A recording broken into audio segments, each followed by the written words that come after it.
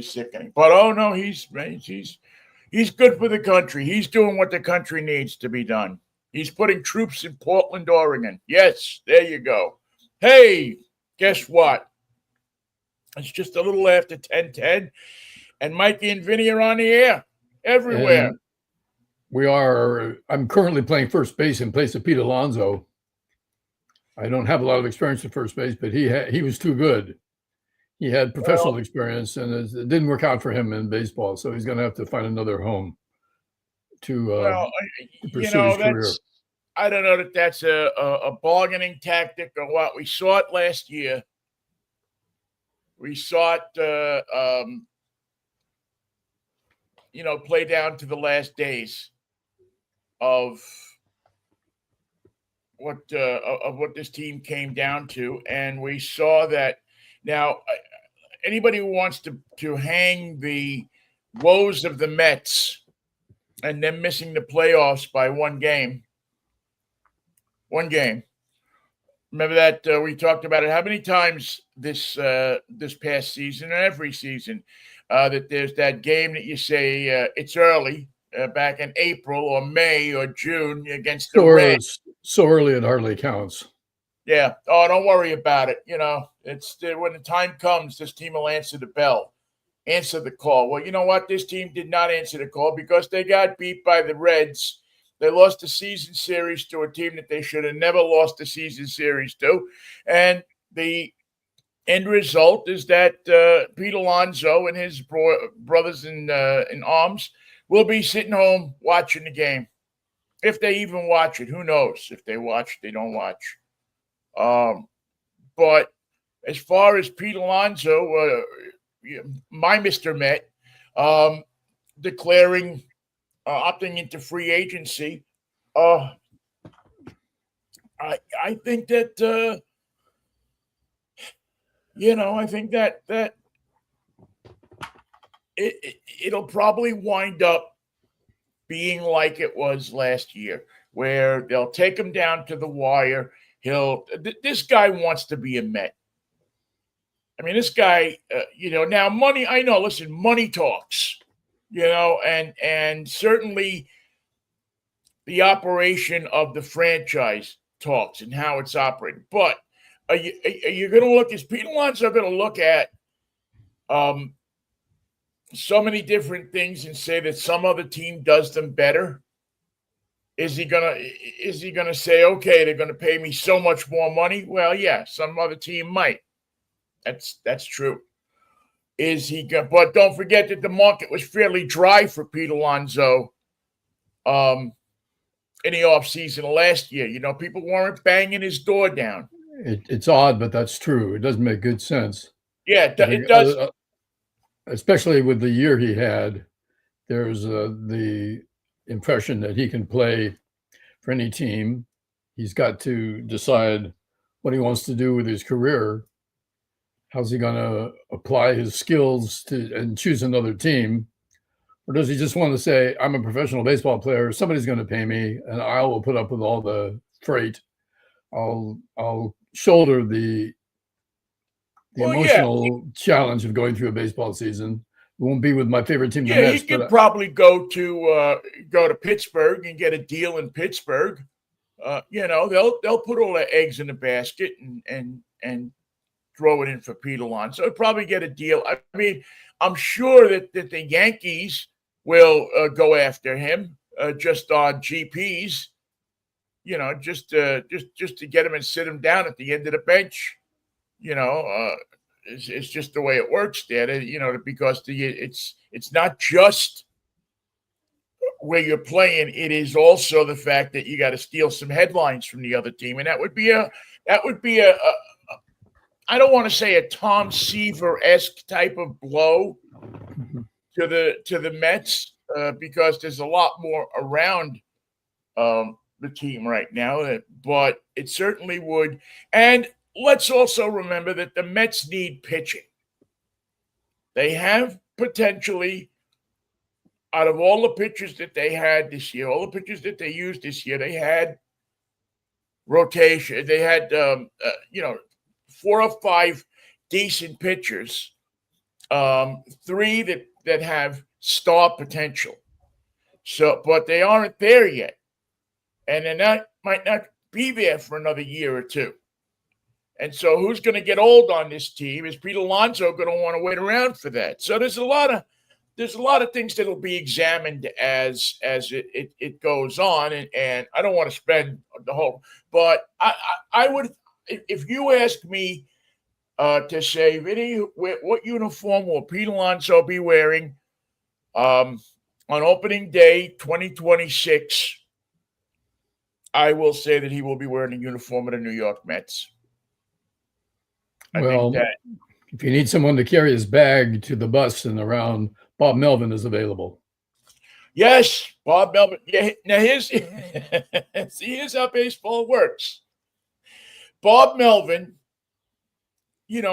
listen, say what you want about Bob Melvin, and I think there's more to the story than just wins and losses, but he brings the Giants back from dead to where, for a good part of the season, the second half of the season, they're competitive. They're in it. They were frustratingly close, but not real contenders. Right. But they were, they were still an entertaining team to watch. They were still, you looked at them and said, well, if they had this piece and that piece, maybe. But it just looked like he wasn't interested anymore. I mean, he really looked like he just wasn't interested. And I'm starting to think that that's the truth. But what did the Giants win? 83 games, 84 games? I forget now. Not enough. They were 10 games short. Through the whole year, they were 10 games short. So Don Kelly, the manager in Pittsburgh, wins 77 games, and he gets an extension. They don't want him to leave. They say, boy, that's 77 games, man. That's a hell of a job you did there, pal. If you want to keep this job, please keep it with us, because we need a manager to lose as many games as you lost. Do you need a manager? I mean, do you really need, with a team like the Pirates? Do you need somebody? maybe Buster Posey can start something where the front office runs the team. Could you basically just say, all right, listen, we got some guys here and we think that they could do a nice job. There's no baseball law that says you must have a field manager, is there? I don't know, to be honest with you. I don't know if it's in the rules. It wouldn't surprise me if you could not have a manager, if it'd be okay not to have a manager. You've seen the pictures of the Philadelphia A's, Connie Mack in a three-piece suit with a hat. Yeah. And who was high-button shoes. And he never even Dodgers, who used to manage in a suit, right? Uh-huh. So, it's you can be a front office guy and still run the team. Yeah, I don't think it's out of the question. Come on, where is the? If you're going to have robot umpires, why can't you have robot managers? Yeah, the Giants were 81 and 81, so right on the line. The Padres 90 and 72, the Dodgers 93 and 69. So, and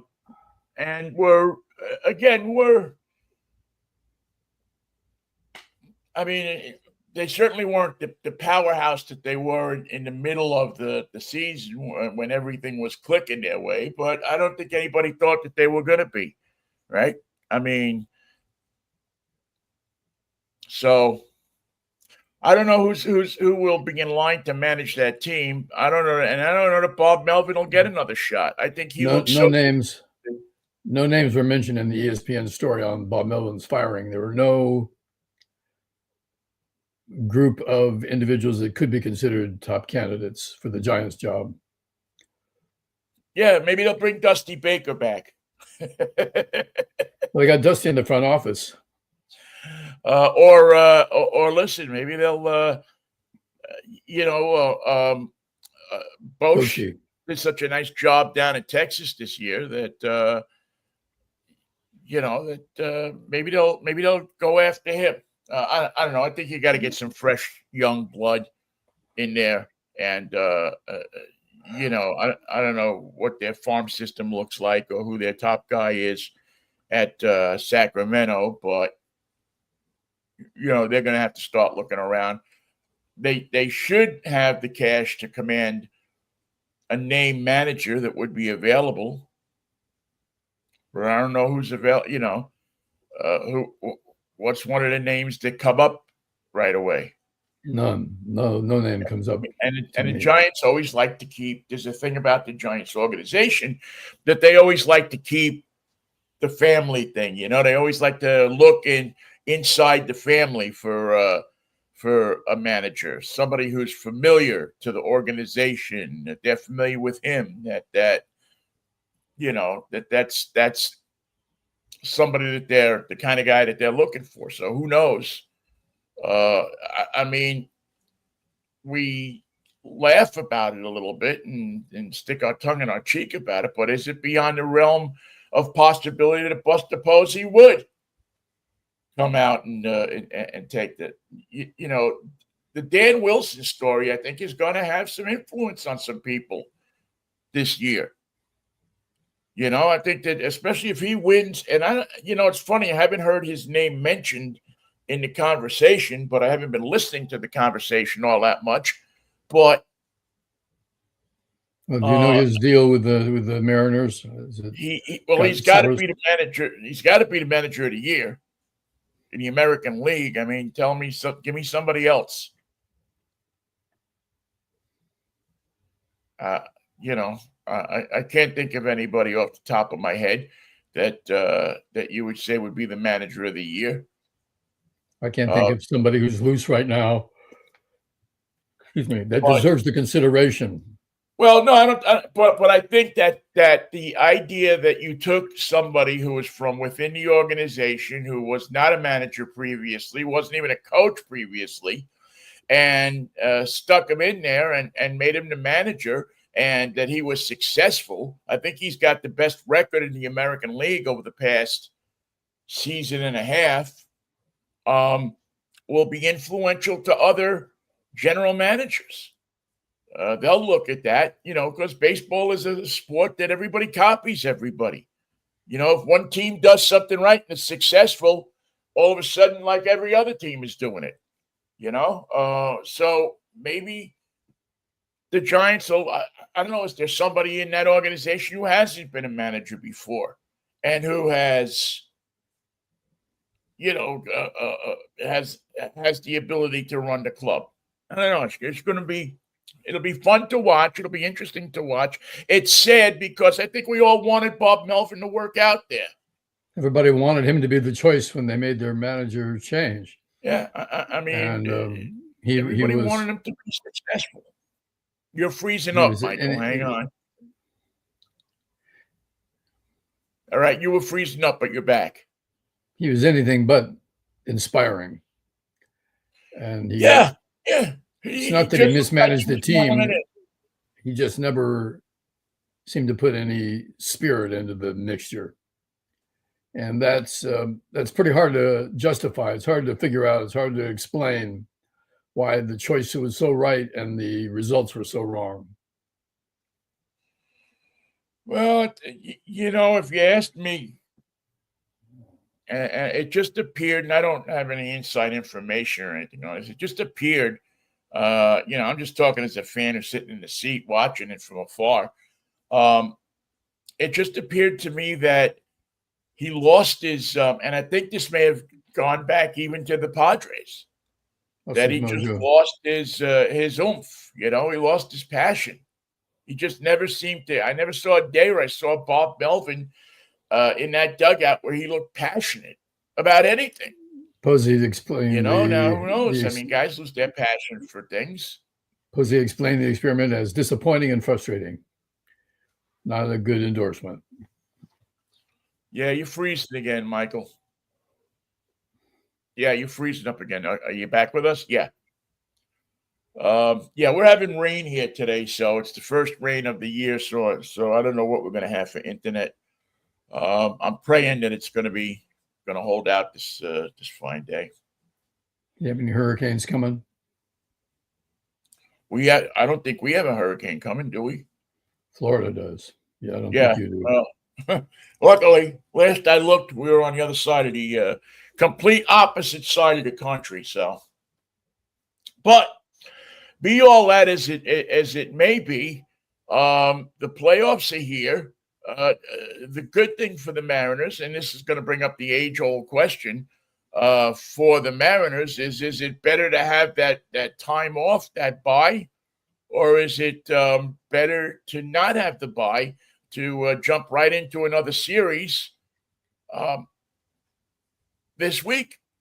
And I think this time of year rest is always welcome. And I can't tell you what it's going to produce, but rest is a good prescription. Yeah, because I think they were 18-2 in their final 20 games. I mean, that's a lot of momentum. It's a lot of young testosterone chomping at the bit.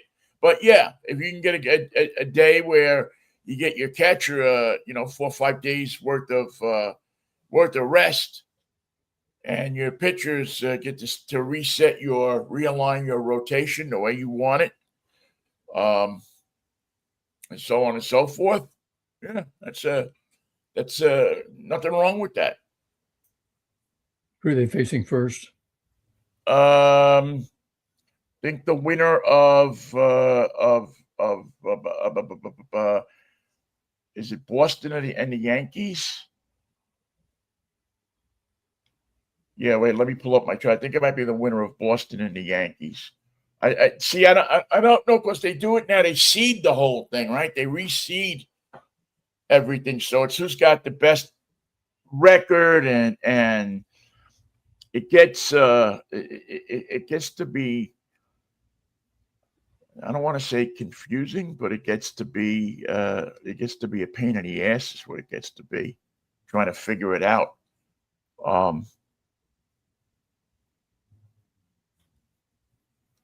So where here? See, this is Boston, New York, Cincinnati, and LA. It's the first round. No, there's two first rounds, 2 wild cards. There's another round card in the American League too. It's Detroit and Cleveland. Yeah, Detroit, Cleveland. Yeah, San Diego and the Cubbies. Yeah, so I'm again. Let me just get the depth chart up here, and see, this is why this Google stuff sucks so bad, because you can't now no more on Google go to something, a website.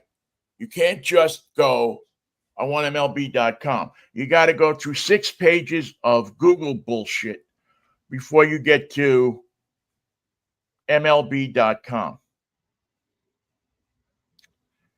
And I don't know. You can't just go to MLB Direct. Well, that's what I'm trying to do. And it's, yeah, okay. So there we go. I'm looking for, okay. So, because I can't keep the whole bracket in my fucking head anymore. And I just, I get six pop-up ads and cookie settings and everything else before I can actually see what I'm looking for. All right, so in the American League, the Seattle Mariners and the Toronto Blue Jays have the best records. They have the byes. They are waiting for.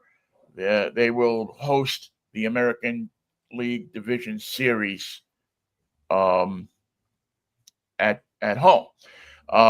It looks like that Seattle will host the winner of the Detroit-Cleveland contest, and the Blue Jays will host the winner of the Yankees and the Boston Red Sox. Although, again, I thought that, and maybe I'm wrong, but I thought that they reseeded them after, and this is what's wrong with baseball, because, where it used to be just everybody was set over who now they want to reseed it, they mess with it, they move it here, they move it there.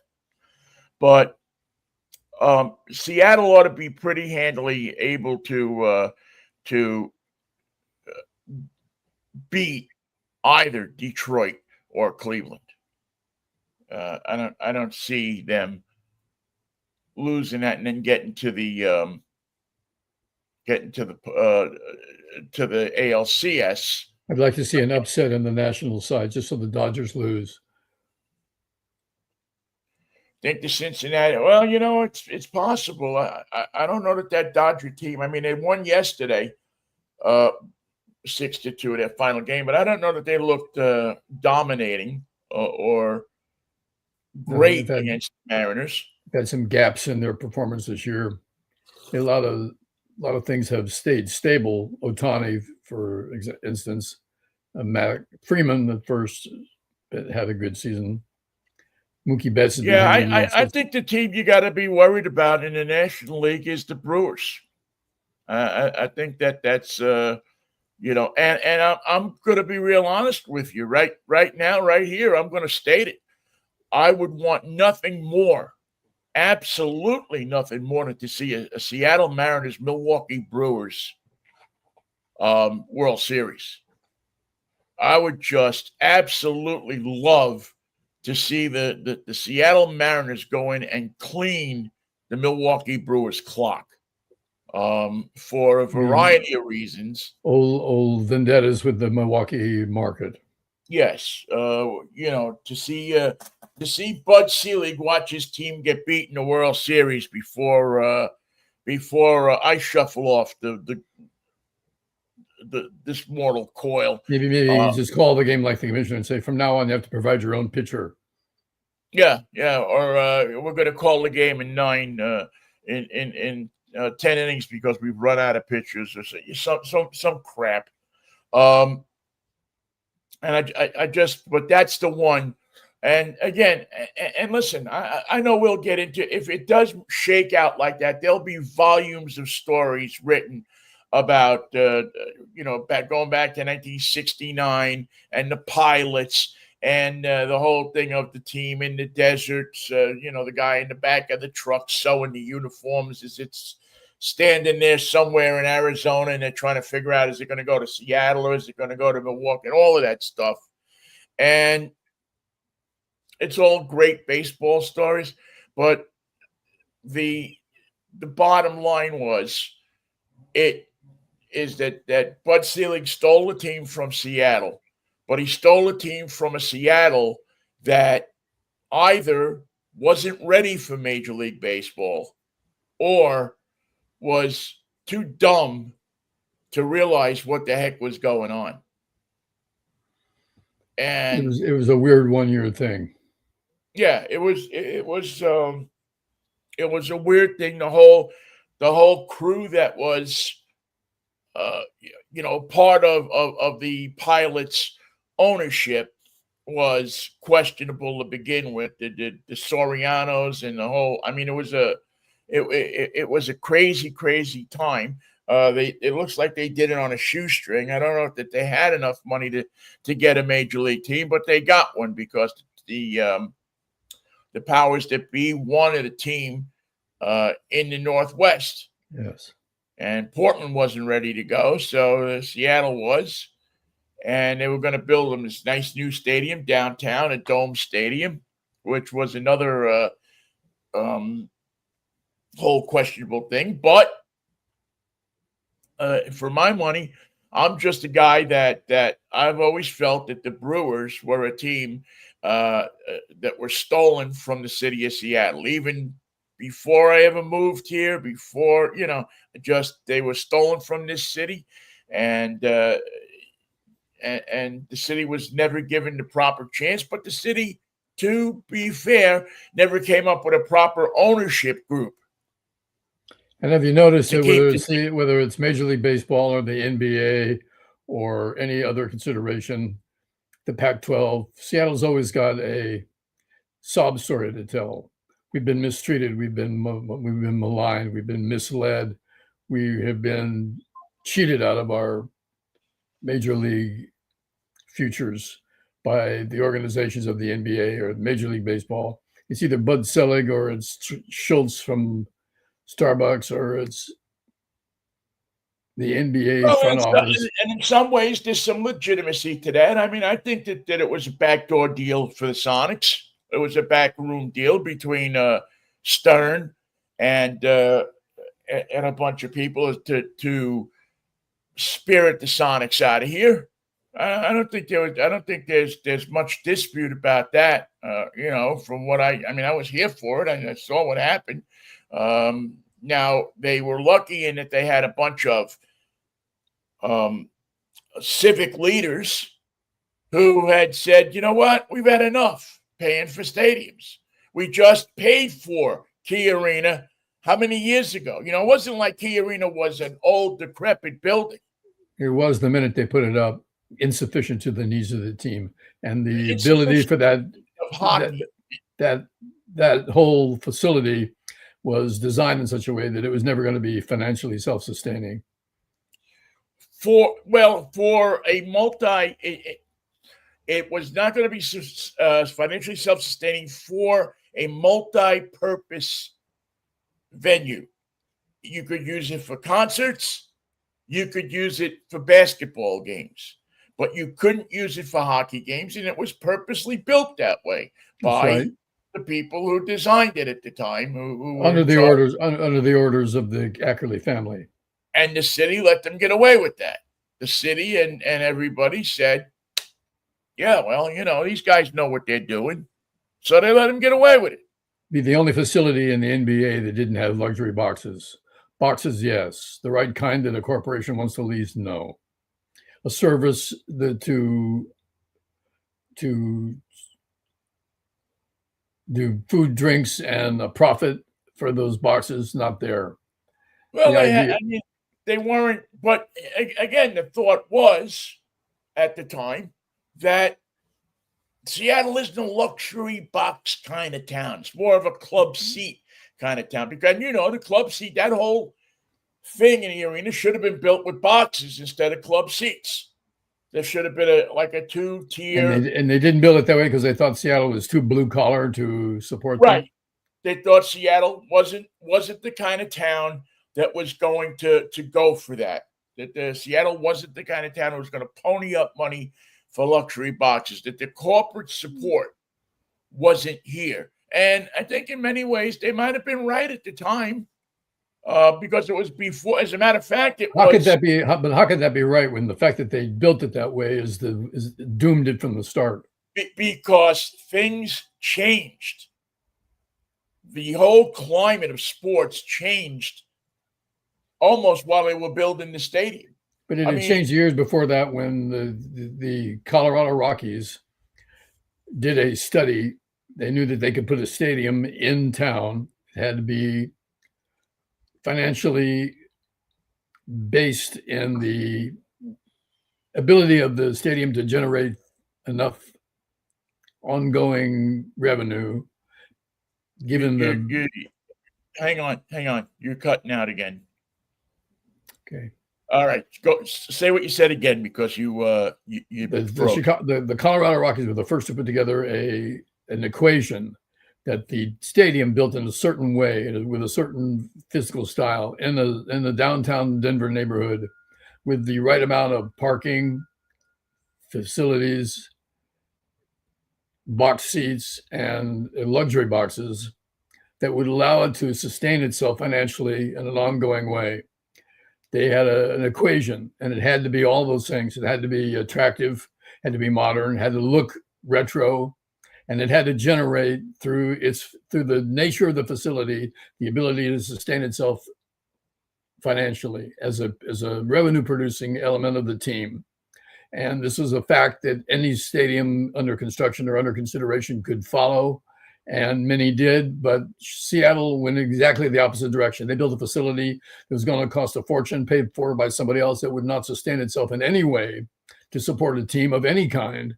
And they did it on purpose so that they wouldn't have to share the facility with hockey, and it cost them the entire sack of shit. And right. And that was not something that changed during the building, except that Seattle let them do it. And that was a fatal error. Well, yeah, I agree with you that it was an error. But again, I don't know that Seattle would have supported the same situation. Now, in the time, by the time the late 90s rolled around, then all of a sudden the dot-com money was rolling in again. It was, that lull, that financial drop that we saw. All of a sudden now businesses like Microsoft and all of these other different businesses, T-Mobile or who was the guy, John, the guy that had the cellular firm that became T-Mobile. All of these guys, these millionaires, weren't running up to the plate and saying, "Take my money, take my money." They were very reserved about it, and well, I don't know. Maybe they were wise enough. They were wise enough to see that they weren't going to have good partners in the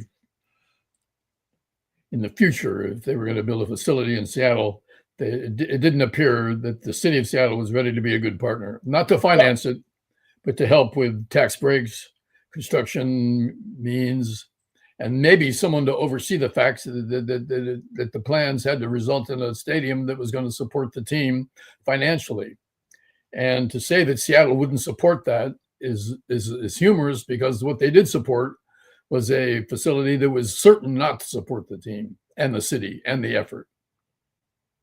And there it is. It sits there today, unable to support the city's efforts with pro sports. Well, no, it doesn't. No, it's obviously a different arena now. It's not. It's no longer the Key Arena. It's been rebuilt and reconstructed and built the right way, the way it should have been the first time. It's still not a great arena, but it's better than it was, and it obviously can support hockey now. But no, the first time when it was built in '94, you couldn't come back to Seattle in 2004 or 2005 or 2006 and say we want a new arena. You just built it. Whether you built it right or built it wrong, you built it, and taxpayers and the politicians just weren't going to go for it. Then they weren't going to do it. They weren't going to get the special tax breaks that they needed. They weren't going to get the legislature down in Olympia to do it. And one guy, Frank Chop, made sure that it wasn't going to happen. Once bitten, he wasn't going to let it happen again. Well, I don't blame him. I don't blame him, because they went out of their way to do it wrong the first time. Yeah. He just wasn't going to see. Now, if they wanted to dump all private money into it, that was a different story. But they couldn't. Then when a guy came along that wanted to dump all private money into it, they said no. He wanted to build a new arena in a fresh place down by south of the two stadiums, and went out and bought the land and did everything. The city turned around and said, we don't want to do business with you. We want to do business with this other group who's going to rebuild Key Arena and dump their money into it. And there was a plan for Bellevue too for a while. Well, there was, and really, if you think about it, that's where the basketball stadium should have, a basketball arena, hockey arena should have been all along. That was the prime place where it should have been built. It should have been built in downtown Bellevue. It would have been accessible to the transit that's down there. It would have been accessible, and it would have taken the traffic pressure off of downtown Seattle, where it became virtually impossible to move on big nights at 7:00 at night or 6:00 at night on a game night. You didn't have enough parking in the area. It was one of the only places that you could park on the street by the arena. You had to park on the street in some places because there wasn't enough parking spaces built with the arena. So the city screwed itself a number of times. It's strange that they would do that, because parking is that one certain source of revenue that can't be It can be relied upon for each and every venue event, whether it's rock and roll or basketball or Right. baseball. But you didn't have the willingness of the people that ran Seattle Center to say, put up a huge parking garage, knock down the Pacific Science Center, or knock down this group of buildings, or what, I forget the hall that's there now, but they didn't want to knock any of that down. They wanted to preserve the way that ground looked in 1962. There was something about 1962 for Seattle that they didn't want to move off of it. And they had land. They had all of that land over there where they built the Gates Foundation building, where the Sonics practice facility was. There were tons of areas there where they could have built different parking facilities and ran a tram or something. There was several ways it could have been done, but the city just didn't have the will or the chutzpah. They didn't have the vision. They just didn't have anybody in place that was willing to make sure they did it right, correctly. And given that atmosphere, they didn't do it right. There was no checks and balances to prevent them from doing it the wrong way. And it's a sad outcome for the juggling of all those things, because the Mariners were in play at that time. The Sonics were in play. It was a uncertain future for professional sports all across the board. This is long before Pete Carroll ever came to town or anybody won a championship of any sort. And the wall of intrigue between the city and the politicians in the sports world in Seattle was impenetrable. It never worked out right for anybody for a long time. The Seahawks finally did it, but that was finally a multimillionaire who was born there got involved and said, we're going to do this like a business. Well, the baseball stadium was done before the football stadium. I mean, that was done in 95, 96. 95 was the election, and they went back and they recreated package, and that was done where the football stadium wasn't done until 98, I believe, if I'm not mistaken. That was the general election of 98 where they had the proposition for that. And yeah, that was a bought and paid for election. Well, but Paul Allen was involved. Paul Allen's name was on it. Paul Allen was the vision. Vulcan Industries was the managing company. He had his grip on it, and it was going to be done his way or no way. Right. And they bought every vote they possibly could. I mean, they went around spreading money all over the place. How could you not vote for him? Everybody, I mean, again, it was an election that Paul Allen got behind and put his money behind. It wasn't that people loved Paul Allen that they did it. They did it because he did the smart thing. He went out to community groups. He got involved. He says, I'll buy this team. I'll keep this team here, and I'll build a championship team. The Mariners, when they were trying to get their facility, did nothing.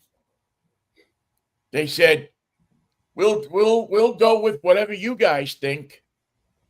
And that's what they did. They literally didn't do anything to back up the people that were trying to get the stadium built. It's such a weird story. Such a weird attitude to take. Yeah, it was. If you want a stadium and you build it and you put the package together that we can make money, we'll stay. If not, we'll sell the team. And even at one point where there'd been a change in the package, and somebody had sent a letter out. And they just one morning said, "Well, we're putting the team up for sale."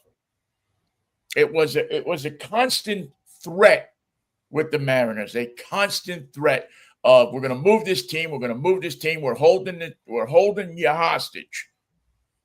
Whereas with the Seahawks, it never felt like that. It felt like, okay, this guy who's got the money and is a sports fan and, owns a professional team already in Portland, he's going to come in and he's going to lay his money down and he's going to buy the team, but he wants what he wants. And if we're willing to do that and partner up with him, we'll get this, we'll keep the team.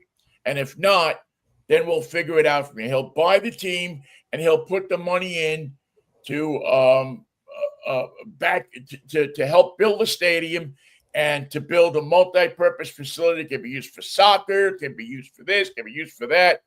He'll do all of that. But you gotta vote. You gotta vote for the package that he wants to get voted in. And on top of it, he spread enough of his own money around to get the thing, to fund the campaign. So it wasn't like the Mariners, who never put a dime into the campaign, at least where you could see it. Now, they might have done things behind the scenes and stuff like that, but there was no effort by the Mariners to, publicly acknowledged or seen effort by the Mariners. I think that had a lot to do with the way they put the team on the field, their attitude toward winning, their attitude toward the World Series. It's no coincidence, it would seem, that the teams that keep going to the World Series do not include the Mariners. They've got everything they need now to continue that story and end it honorably. Yeah. Well, but to date, they got lucky. They got lucky with Cal. I mean, let's face it. They got lucky with Cal. They were smart enough to sign him, and to make sure that they locked him down, and he responded. He was that special kind of player that when he got the big contract, I mean, they had given out big contracts before. They were the first team, the Mariners were the first team in Major League Baseball to have $100 million payroll and lose 100 games. So it wasn't just the fact that they weren't spending money. It was the fact that they were inept. Bavasi, who followed Pat Gillick as the general manager, was a disaster for this team. Was an absolute disaster for the Mariners. He couldn't sign. I mean, you think of some of the people that he brought in, and he found anybody that couldn't play anymore and signed him. Scott Spezio and God, I mean, just who was was it Pokey? I can't even remember. Not Pokey Reese. I'm trying to remember the name of the short they brought in. The guy played like 4 games. They gave him like, I don't know, $1 gazillion. There was just a succession of really horrible signings. Who signed Bavasi? Well, the Mariners ownership group, of course. Because the Mariner ownership group had worked under that. They wanted people that weren't going to tell them different things than they thought. They wanted people who were going to reinforce their decisions, not say to them, well, it might be a better idea if you did it this way, or if you did it this way, or I think we should do this, right? But they didn't want that. They wanted people who were going to, and when you run a business, you have that right, don't you? You have. I mean, you may not like it as a fan, you may not like it as a consumer of the product, but don't consume the product. So this is a team that was made not to win, but to please management and to stave off any criticism that winning is what baseball's all about. Oh, you want a winning team? Well, that's not what we're all about. Well, and as recently as a year or two ago, that was kind of the I forget the quote from the front office, but it was something like, well, we're okay if we win X amount of games, and if X amount of people show up, we'll be happy. There was a famous study that they released. Maybe they didn't release it. Maybe it just found its way into the public eye that showed that they lost money when they went to the playoffs. That the team loses money when it gets into the postseason because they have to buy gifts for everybody, or I don't know what it was, but there was those annoying rings. Everybody wants a ring. Yeah, everyone wants a ring. You know how it goes. So, I mean, it's been a bumpy road to get here. This team, this Mariner team has gotten here, I think in many ways in spite of itself. But you know what? The fact is, it's here. They haven't won anything yet. Excuse me? They haven't won it yet. They got some winning to do. They are in the best position to win than they've ever been in. And that includes the year that they won 116 games. They're in the best position that they've ever been in. They are equal, if not better, than any other team in the American League, and probably most of the teams in the National League.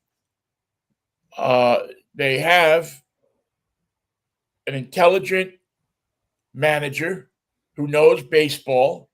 They have a clubhouse leader, a team leader who can also play the crap out of the game. They have clutch hitting around the infield. They're solid. Right up the middle, they're solid. They got a guy who in center field looked like he was disinterested last year, and all of a sudden found out that when you win, you get interested. And he got interested this year, and all of a sudden his bat picked up, and he's showing signs of being what they thought he was going to be in Rodriguez. And they have the most important thing of all, which is phenomenal pitching. They have incredible pitching. They have a starting rotation that is many people will say, and many people know much more about pitching than I do, will say it is the best starting pitching in baseball. They have a reliever that comes out of the pen and shuts. They don't have a Jose Mesa on this team. They don't have a Bobby Ayala on this team. They have a stopper, a closer that comes out and closes the deal. They got a Diaz, like, oddly enough, the guy they got rid of. It's Bob Melvin calling. Yeah, he's looking for a job. Wants to know if he can join us. We're not paying much, Bob. But they have that. So, if for my money, they are they're as complete a team. Their problem is they go through periods where they don't score runs. Yeah, that's reminiscent. Which is something that every team goes through. It's always matched up with great pitching. There'll be a great pitching outing with no run support. And that's what killed them a couple of years ago. They had great pitching. What was it? No, it was 2 years ago when they played the Astros. They had incredible pitching, but they couldn't buy a hit. We had an extra inning game that went, I forget, 13, 14 innings. They couldn't score a run. With the guy on second base, they couldn't score a run. But the Smokey Burgess never scored. So, but I just think it's a different team. It's a different attitude. They feel like they belong this year. It's the first time we've seen a Mariners team with this attitude toward knowing they can win. Well, the first time since Jay Buhner. Well, No, I don't want to say that. Well, yeah, Jay Bruno was here for that. So the first time since 2001, in 2001, they had a team with an attitude. They had a team that felt they could win. They had a team that thought they should win every night. But then they ran into an unfortunate thing called September 11th. And it took the wind out of their sails. It just, it changed them, as it changed most of us. Who was the same after September 11th that went back to work? How could you be the same after that? I wasn't. You are. Anybody. And the Mariners were in the eye of the storm. They had to go to New York and play the Yankees in the playoffs. And if you were there, you'll never, unless you were there, you don't realize how it affected people, how it affected, and then the Mariners let them take the team down to the hole. And they should have never done that. Because you could almost watch it drip out of people's faces. What does baseball matter if this is going on? What does baseball matter? I mean, it did. And certainly the city used it as a rallying cry. It wasn't pageantry that produced a good result. But you had a team that was, on paper, should have kicked everybody's ass. But it just couldn't get there. Couldn't get there. They tried. But again, it's ancient history. It's 25 years ago. 24 years ago. They get a rest this week. They get to come back next week. They get to play whoever they're going to play. And they have very few weaknesses on the team. Very few weaknesses. And we'll have to, you'll have to see. Everybody is going to step it up. This is the time of year where every team you see is pretty much as good as you are, right? They've got all the tools, unless they're dealing with injuries. They've got all the tools that they need to advance. I think Wu is one of the things that is a question mark. He's having problems with his back, I believe, and they're trying to figure it out. The rest is going to do him good, and they have enough pitching that they can afford, if they need to sit him down in the first round in the DS. He'll have. I mean, by the time they start to play, he'll have another week's rest. He's rested a week already. He'll have 2 weeks. That ought to be something. Anyway, it's my favorite time of year. It's going to be fun to watch.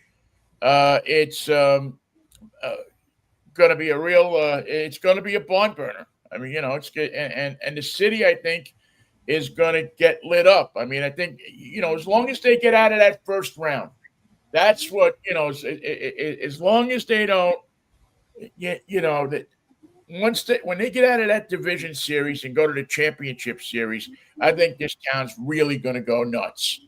It should. That there's going to be, and again, if they get into the World Series, look out. It's just going to be crazy because, as I've said before, say again, Michael, there is nothing like a World Series. And our dumper's bigger than your dumper. Say again? Our dumper's bigger than their dumper. Yes, we have a big dumper. Now, we probably should bemoan the death of Root Sports that broadcast its last official game yesterday. That's it? That's all? That's it. That's all. Major League Baseball will take over the production uh, package and producing the Mariners television broadcast starting next year. So for I don't know how many years was Root Sports going? 30 years? Well, maybe a little less than that. 20, 25, 26 years, something like that. But Now, does Major uh, League Baseball have they taken over anybody else's broadcast, and how did that go? I think so. Yeah, I think there's I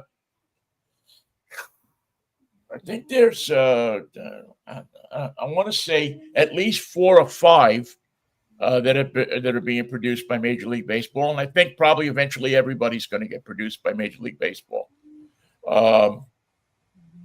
It's going to look. I guess it's going to, and I'd have to go back and look and see who's they produced to see what they look like. But the announcers are generally still club, hired by the club. So you'll probably still have Rick Riz, and you'll still have the other people that are doing the announcing. Some of it will change, I'm sure. It hasn't been announced who's producing and directing. That'll be announced later. They just announced that it was over for Root Sports, and because the Mariners own Root Sports, so they're getting out of the television business.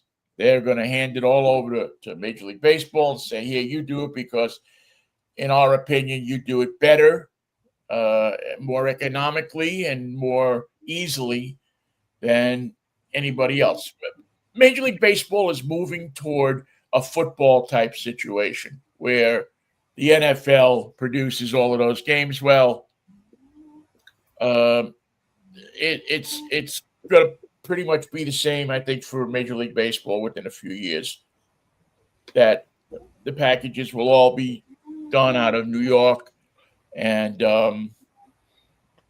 hopefully they'll hire the back of the house crew at Root Sports was some of the best people that you could possibly want to work with in sports. I mean, I worked there for 3 years, and just a great bunch of people who knew what they were doing, who knew how to present the game, who knew how to show people what was going on in the game, and came up with a lot of fun innovations. With the finances structured the old way, who was making the money or who was losing the money? I don't know. Well, the Mariners, I mean, the Mariners were, control the local broadcast rights. But the decision to switch to the league producing was the league's decision? No, it was evidently the Mariners' decision, I think. I don't know for sure. But I gather from what I've read that it was the Mariners' decision. It's just the fact that they can do it better. They wanted to get out of the baseball business, the television business. You had it right. But they wanted to get out of the television business. They're baseball people. I don't know that they were making money, not making money with the Mariner games. They should have been making money. They had enough ads sold there. It was crazy how the amount of everything was sponsored. I mean, it was the Ford dealers strike one, and it was the Chevy dealers strike two, and everything. It was crazy. It was an insane amount of ad load, and everything was sponsored. So I can't imagine that they weren't making money. It's probably that the effort that they had to put into it was they just looked at it with Major League Baseball offering some kind of package that says, we come in, we do it, we take care of everything, and we write you a check. And you don't have to get your hands dirty. That's that's probably an attractive deal for many. It'll be, they'll bring in a whole new bunch of people. I'm thinking, they'll keep some of the people, but a lot of people are going to be new because they use more people. They use a side, a guy in the stands, and they use a couple of different reporters for this, that, the other thing. So there'll be a lot of different. Now I don't know what's going to happen to radio. If there's going to be a change in the radio structure or rights, or how that will go, whether Shannon will keep her job, or or the people that do the radio stuff for Cairo. How long's their contract? I forget how long the last one was. I think they had re-upped not too long ago. I think they may still have a couple of years left on it. I think they do 5-year deals or 8-year deals, something like that. But I'm sure that they'll put it up again, a contract, and see who would be interested. I mean, I don't know that there's a lot of stations in town, to be honest with you, that would bid on it. I don't know that what used to be Como would bid on it. Yes, I was thinking of them because it's a short lived lived themselves these days. So I don't know. It'll be it'll be interesting to 1% of the listeners and watchers of who's care. Most people don't care. They want to turn on the radio and they want to get the game. the accounts of the game. Right. They want to get the announcers they know. They want to get the familiar voices that they hear. They want to get the people that they're used to. Give it the hometown announcers. That's what they want.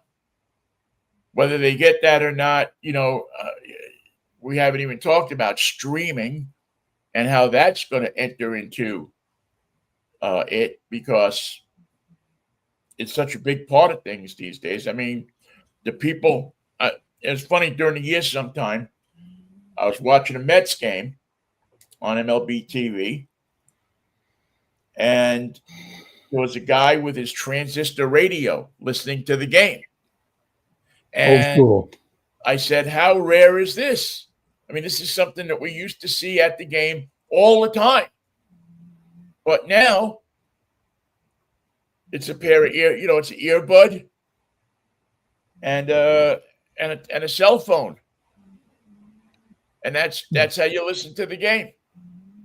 And you can sit there, you'll be listening to any game in the country while you're watching the game that you're watching. You can be listening to one game in one ear and one game in the other ear. You can, if you can do it. So it's interesting. So how is that going to affect it? Will there even? I mean, don't forget the A's had no radio station, and nobody stepped up to fill that void either. No, that they had no radio station. I think it was last year and maybe this year too. Now they might have got somebody up in Sacramento to carry the games, but their situation is so screwed that they didn't have anybody.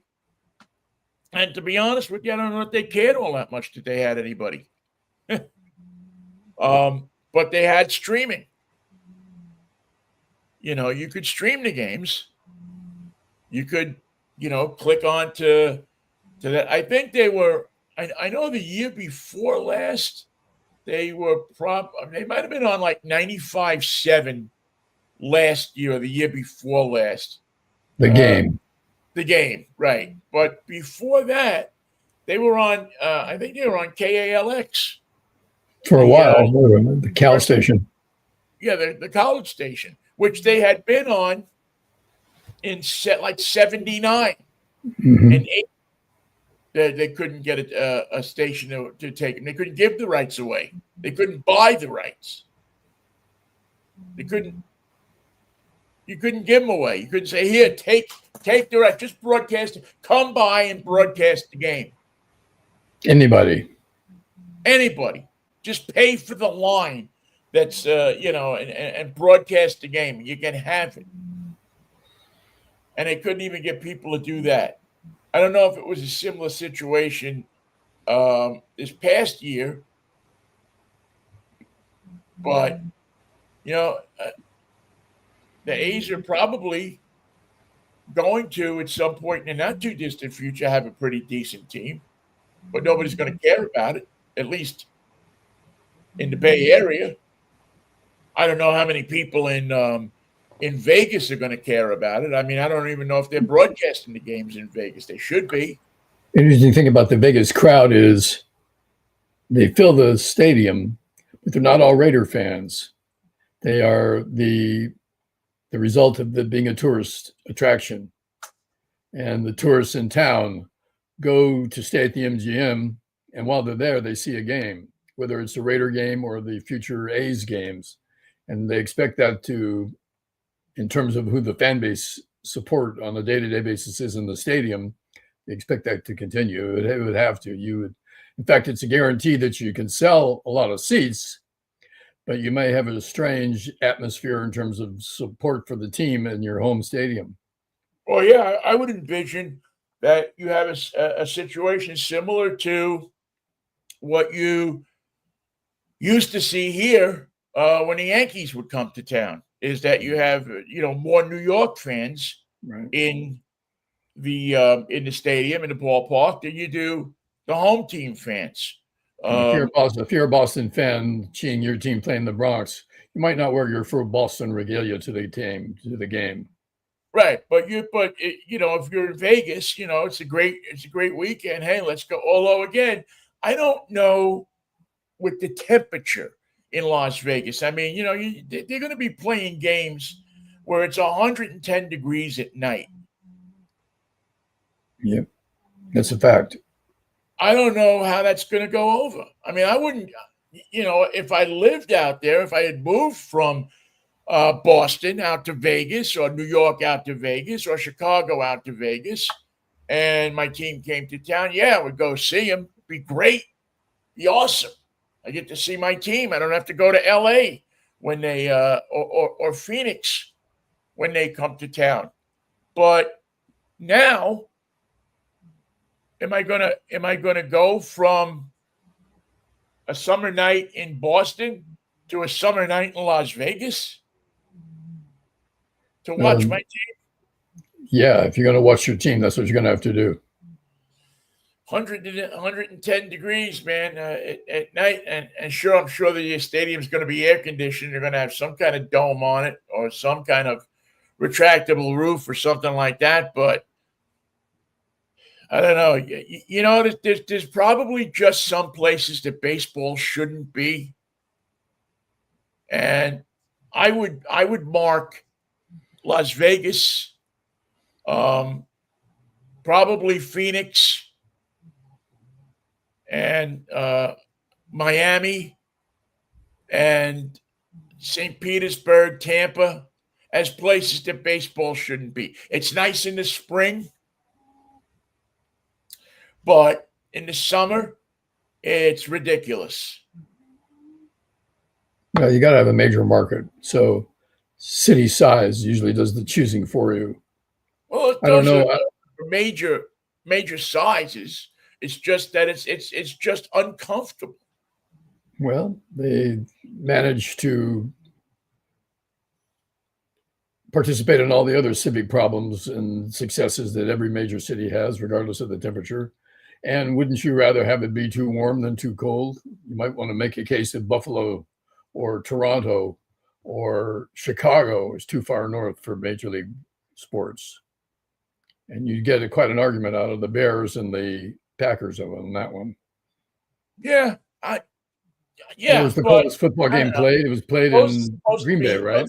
But listen, people pay hundreds of dollars now to go watch a hockey game outside. So, when they had those winter classics, yeah, they put a rink down in a stadium, in a baseball stadium or a football stadium, and they load the place up. So they can't sell them fast enough. Yeah, I don't think there's any end to fans and what they'll pay to go see when it has a sports logo on it. When it's their boys. Yeah, when it's their team, they don't care. God bless them.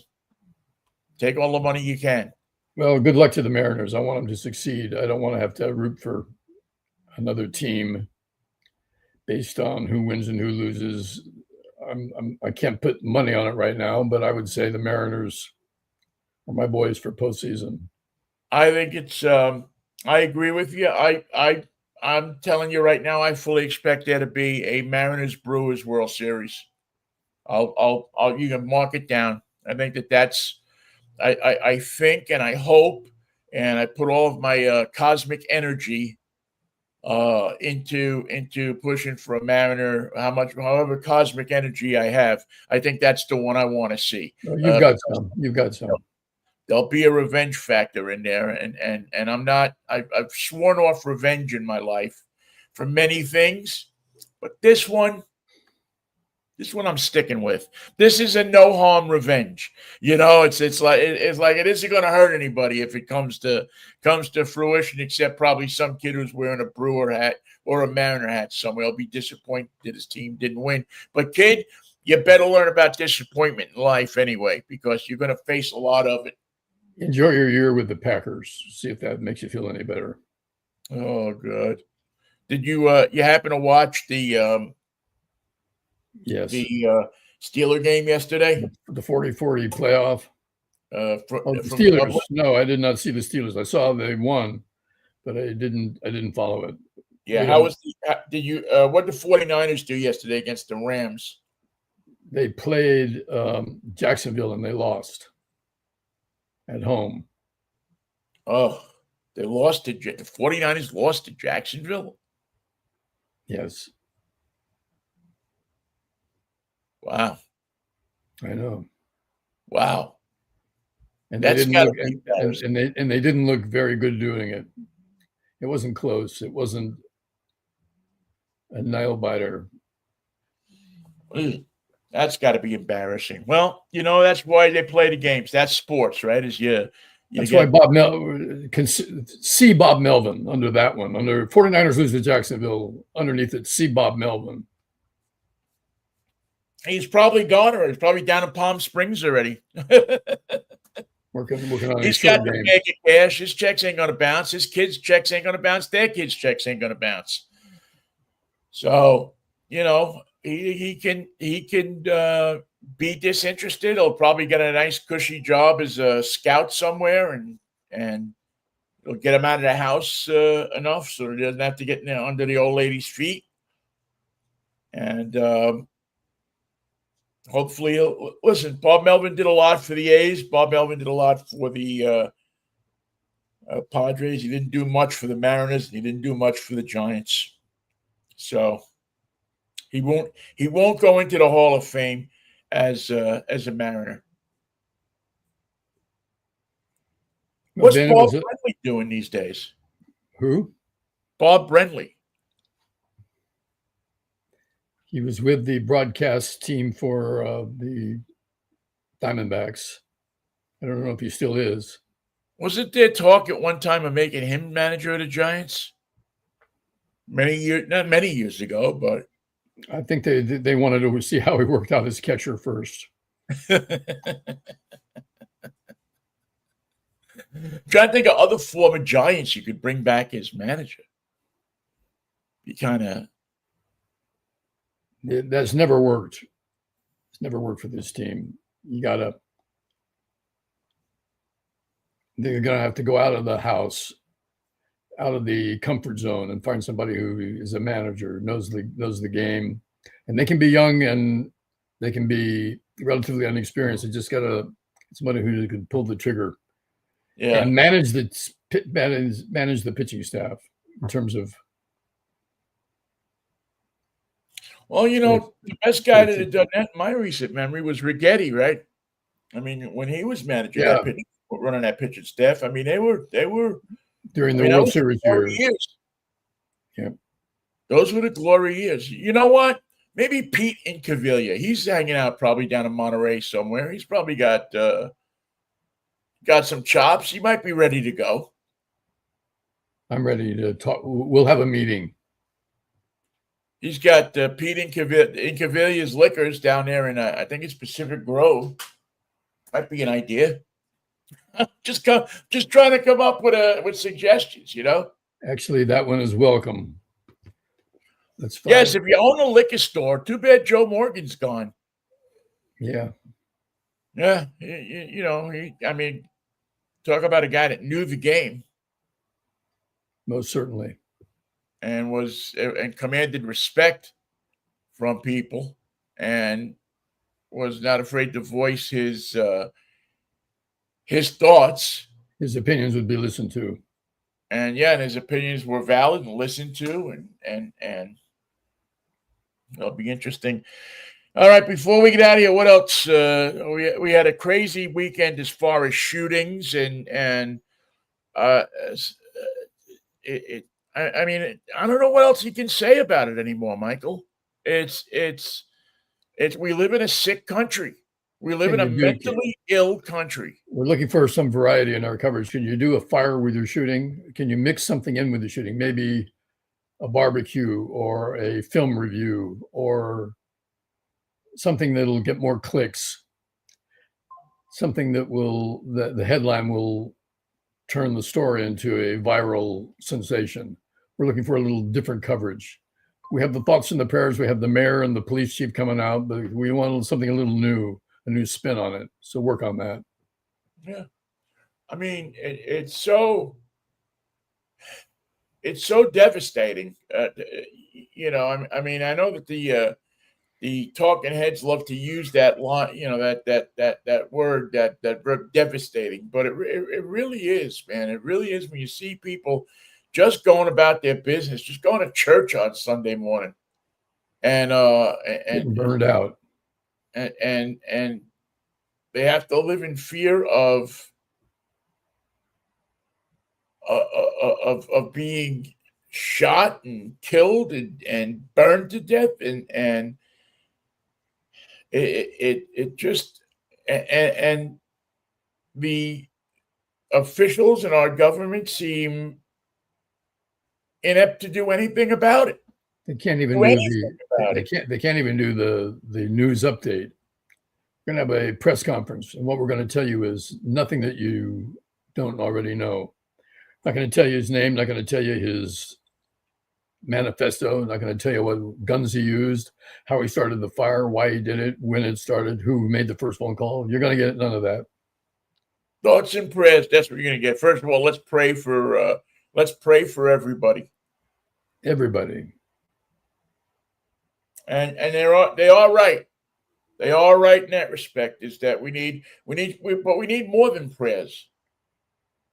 I don't know that prayers are going to cut it. You're going to know for a fact that they don't, as a matter of fact. Yeah, it doesn't seem like the prayers are working. No effect whatsoever. Like they're working right now. It seems like something else is in the air, and it's not good. But it's hard to come up with anything less effective than thoughts and prayers. Yeah, it's just not. I don't know. I mean, either that or you know, when you got to go to the bathroom, you bear down a little bit more. Maybe we need to bear down on the prayers a little bit more. But that's the only thing I can think of, because we're certainly not. It certainly doesn't seem to be working. And anybody who tells you they are, I just don't know that. Send them your thoughts and prayers. Yeah. I mean, I pray for people to be healthy, and pray for people to be happy, and pray for people to get well that are sick. But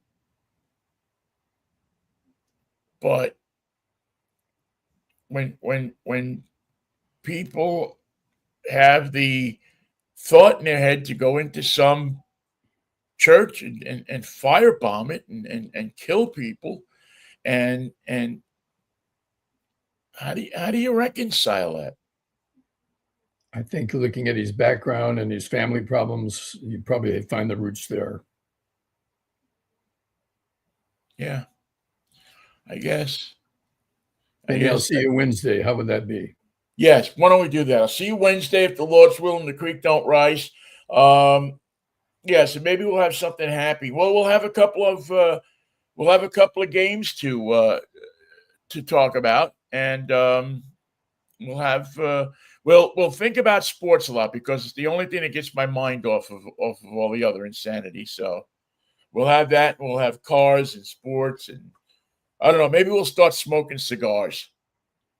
No, I haven't done that in a while. Maybe we will Maybe we'll just start smoking cigars on the air. take the operation outside so this I pollute the think I got a neighborhoods. cube in here somewhere that I snuck into the country. I shouldn't say that, man. They'll send the ICE guys after me. Count on it. All right, Mikey. Peace, love, and Manischewitz, brother. Thank you all for listening too. We always appreciate it. What a wine. See you, Vin. See you Take care, Wednesday. man.